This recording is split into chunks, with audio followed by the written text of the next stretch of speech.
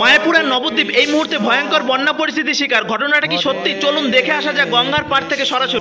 প্রিয় বন্ধুরা, এই মুহূর্তে আপনারা যারা শ্রীধাম মায়াপুর তথা নবদ্বীপ ধাম দর্শন করতে আসতে চাইছেন আর ভাবছেন যে মায়াপুর বা নবদ্বীপে কি এই মুহূর্তে জল উঠে গেছে, এই মুহূর্তে কি ভয়ঙ্কর বন্যা পরিস্থিতির মধ্যে পড়ে আছে, তো চলুন আপনাদের দর্শন করাবো পুরো গঙ্গার পাড়ে গিয়ে কতটা জল উঠেছে আর ড্রোন শটের মাধ্যমে আকাশপথে আপনাদের দেখাবো যে কোথায় কোথায় জলটা উঠেছে।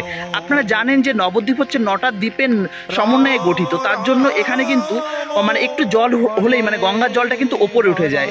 তো চলুন দেখে নিই, আমাদের প্রভুপাদ গঙ্গার পাড়ে প্রথমে যাব আর সেখান থেকে আমাদের ড্রোনটা উঠাবো আর টিওভিপি আমাদের ইসকন মন্দিরটাকে দেখাবো আর কোথায় কোথায় জলটা কতটা পরিমাণে আছে আর এই মুহূর্তে কি আপনারা আসতে পারবেন সেটাও আপনাদের জানাবো।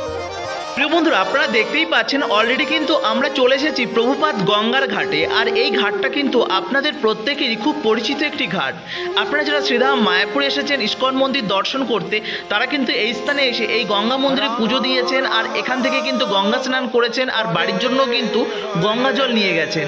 কিন্তু সেই পরিচিত ঘাটটি আজ কেমন অপরিচিত হয়ে গেছে। দেখুন, পুরো গঙ্গা ছাপিয়ে মা গঙ্গা উপরে উঠে এসেছে ভক্তদের দর্শন দেবার জন্য। ভাবুন এই বিরল দৃশ্য আপনারা কত জায়গায় দেখেছেন। তো এটি হচ্ছে সেই গঙ্গা মন্দির আর গঙ্গা মন্দিরের মধ্যে রয়েছে মা গঙ্গা। আর মা গঙ্গাকে দর্শন করে তারপর কিন্তু আমরা চলে যাব আকাশপথে, ড্রোন শটের মাধ্যমে আপনাদের দর্শন করাবো। তো প্রিয় বন্ধুরা, দেখতেই পাচ্ছেন ওই দূরে দেখতে পাচ্ছেন ওটি হচ্ছে সেই আপনাদের সকলের প্রিয় টিওভিপি আর এটি হচ্ছে আমাদের সেই প্রভুপাদ গঙ্গার ঘাট। তো টিওভিপি এবং গঙ্গার ঘাটের ডিস্টেন্সটা কিন্তু অল্প কিছুটা দূরত্ব, মাত্র 400 মিটার দূরে অবস্থিত। তো দেখতেই পাচ্ছেন এখানে গঙ্গার জল আর ওদিকের কালো জল, এই দৃশ্যটা কিন্তু আপনারা যখন গঙ্গা পারাপার করেন নৌকায় করে তখন কিন্তু দেখতে পান। এই বিরল দৃশ্য কিন্তু গঙ্গাতে আসলে আমাদের এই নবদ্বীপ থেকে মায়াপুরে আসার পথে কিন্তু এই বিরল দৃশ্যটি দেখতে পান। তো প্রিয় বন্ধুরা, দেখতেই পাচ্ছেন জল আপনারা যতটা ভেবেছেন ঠিক ততটা জল যে হয়েছে এটা আমরা বলবো না। আর এই মুহূর্তে অনেক বিভ্রান্ত সৃষ্টি করছে, অনেক ইউটিউবার রয়েছে, অনেকেই আছে তারা বলছে মায়াপুর বিশাল বন্যা হয়ে গেছে, 2024-এ ভয়ঙ্কর পরিস্থিতি মায়াপুরের। দেখুন, সেই সব কিছুই না, আপনারা বিভ্রান্ত হচ্ছেন। গঙ্গাতে জল প্রতি বছরই হয়, কিন্তু এবছর বিভিন্ন জায়গায় ডিভিসি ছাড়া জল, ফারাক্কা থেকে কিছুটা জল আসে, যে কারণে কিন্তু গঙ্গার জলটা এবার একটু ফুলে ফেপে উঠেছে। আর আপনারা জানেন যে এবছর বৃষ্টিটাও কিন্তু একটু বেশি হয়েছে। আর এটা দেখতে পাচ্ছেন এই গঙ্গানগর সাইড থেকে, এই সাইড থেকে কিন্তু বেশ সুন্দর লাগে আমাদের এই টিওভিপি মন্দিরটি। তো প্রিয় বন্ধুরা, দেখতেই পাচ্ছেন খুব যে জল হয়েছে এমনটা নয়, আপনারা চাইলে নিশ্চিন্তে আপনারা আসতে পারেন শ্রীধাম মায়াপুরে, কোনো রকম কোনো সমস্যা নেই এই মুহূর্তে। কিন্তু তার মধ্যে দিয়ে একটি কিন্তু থেকে যায়, যেমন ধরুন, কারণ এটা তো জলা জায়গা আর বর্তমান পরিস্থিতি খুব একটা ভালো এটা আমি বলবো না, আমি দায়িত্ব সহকারে এটা কিন্তু আমি বলতে পারছি না। কারণ যে কোনো মুহূর্তে ধরুন আপনারা 4 দিনের জন্য মায়াপুরে এসেছেন, কোথা থেকে না নর্থ বেঙ্গল থেকে কিংবা আসাম, ত্রিপুরা বা বিভিন্ন আউট অফ স্টেট থেকে আপনারা এসেছেন। সেক্ষেত্রে দেখা গেল কোনো কারণবশত আমাদের বিভিন্ন ব্যারেজ রয়েছে, বিভিন্ন বাঁধ রয়েছে, সেখান থেকে জল কিছুটা পরিমাণ ছেড়ে দিল, তখন কিন্তু বন্যা পরিস্থিতির শিকার হতে পারে। কেননা এই নবদ্বীপ মায়াপুর এগুলো কিন্তু পুরো গাঙ্গেয় তীরে অবস্থিত হওয়ার কারণে এখানে বন্যা যদি স্টার্ট হয় এখান থেকে সর্বপ্রথম কিন্তু এই জায়গাগুলো ডুববে। যে কারণে আপনারা যারা দূর থেকে আসার প্ল্যানিং করছেন আপনাদের বলবো একটু অপেক্ষা করে যান, কেননা বৃষ্টি বর্ষা এগুলো 2 দিন একটু রোদ দিলে এমনিতেই জলটা টেনে যাবে, তার জন্য একটু সময় নিন আপনারা, কেমন? আর আপনারা যারা একদমই প্ল্যান করে নিয়েছেন, ধরুন কলকাতা বা 1-2 দিনের ডিস্টেন্সে আসেন, তারা নিশ্চিন্তে আসতে পারেন। সকালে আসবেন, রাত্রে চলে যাবেন ভগবানকে দর্শন করে, কোনো রকম কোনো টেনশন নেই। তবে এবার আসি গঙ্গা পারাপারের ব্যাপারটা। এই গঙ্গা পারাপার নিয়ে আপনাদের অনেক কনফিউজ রয়েছে। দেখুন, গঙ্গার জলটা তো এখন প্রচণ্ড বেশি, যে কারণে কিছু সিকিউরিটির কারণে এখানকার যে প্রশাসন রয়েছে তারা কিন্তু কিছু সিস্টেম এখানে বেঁধে দিয়েছে।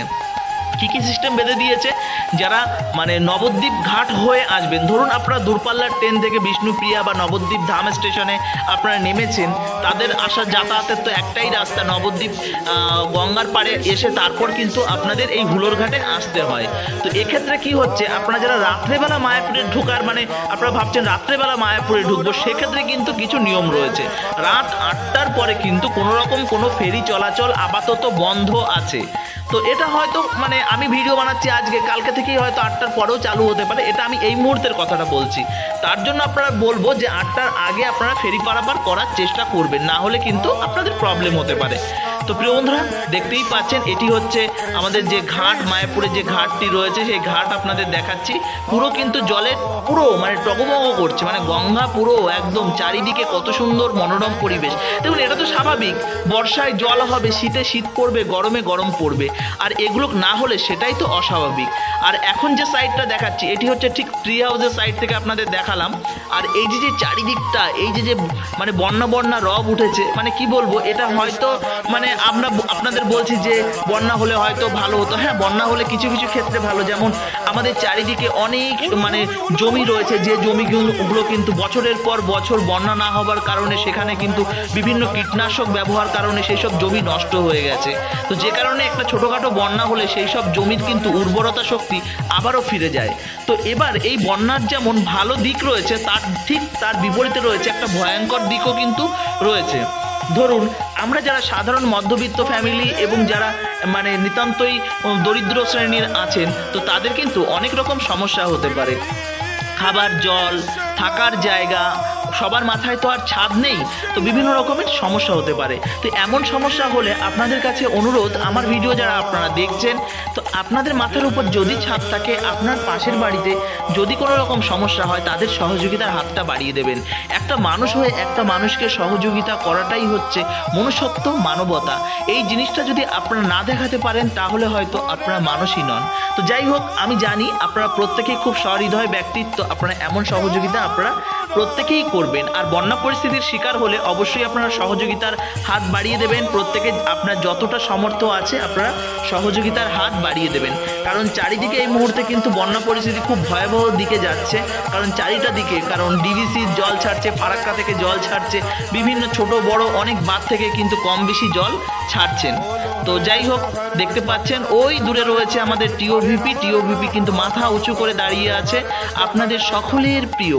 আর চারিদিকে একটু বৃষ্টি বৃষ্টি হচ্ছে, তো যে কারণে কিন্তু এখানে কুয়াশা আছে বলে মানে ভিডিওর কোয়ালিটি কিন্তু খুব একটা ভালো হলো না। তো যাই হোক, আপনাদের আমি দর্শন করাবো বলেছিলাম।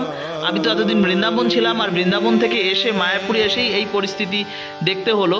মানে কি বলবো, এটা আমরা প্রতি বছরই দেখি, এটা আমাদের কাছে নতুনত্ব কিছু না। তবে এবছর সেই 2015 সালের পর এবছর একটু বেশি হলো, কারণ 2000 সালের বন্যা হয়েছিল, সেবার তো ভয়ঙ্কর পরিস্থিতি হয়েছিল।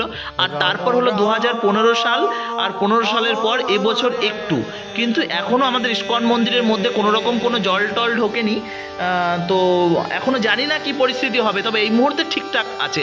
রাস্তা পার হয়ে ওইদিকে কিন্তু গঙ্গার জল যায়নি। তবে এটা ভাববেন না যে এই গঙ্গার জলটাই ও সাইডে যাবে, তবে ওই দিক থেকে আপনারা হয়তো জানেন না যে মন্দিরের ওদিকেও কিন্তু গঙ্গার একটা শাখা রয়েছে। কারণ আপনারা জানেন নবদ্বীপ মানেই 9টা দ্বীপের সমন্বয়, চারিদিক দিয়ে ঘেরা নদী। ড্রোন শটের মাধ্যমে তোলা হলেই আপনারা বুঝতে পারবেন। তো প্রিয় বন্ধুরা, ভালো থাকুন, সুস্থ থাকুন, আর চেষ্টা করুন প্রত্যেকেই শুকনো খাবার কিছু, আর কিছু মানে জরুরি ওষুধ, মেডিসিন, আর জল, যেগুলোকে ড্রামের জল আপনারা দেখেন, পাউচ জল, সেগুলোকে আপনারা ক্যারি করে রাখবেন মোটামুটি 10-15 দিনের জন্য। কারণ দেখুন, জলটা সাধারণত নষ্ট হয় না, আপনারা 10-15 দিনের জন্য রেখে দিতেই পারেন।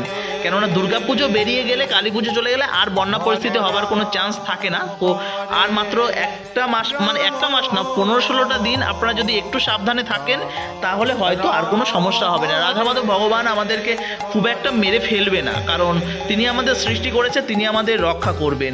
আর এই প্রাকৃতিক দুর্যোগ, প্রকৃতি তো আমাদের একটা ফিডব্যাক দেবেই, কারণ প্রকৃতির সঙ্গে আমরা যে পরিমাণে অত্যাচার করে চলেছি, চারিদিকে গাছ কেটে ফেলছি, চারিদিকে বিভিন্ন স্থানে প্রয়োজনে অপ্রয়োজনে বাঁধ দিচ্ছি, নদী খাল সেগুলো সংস্কার করছি না।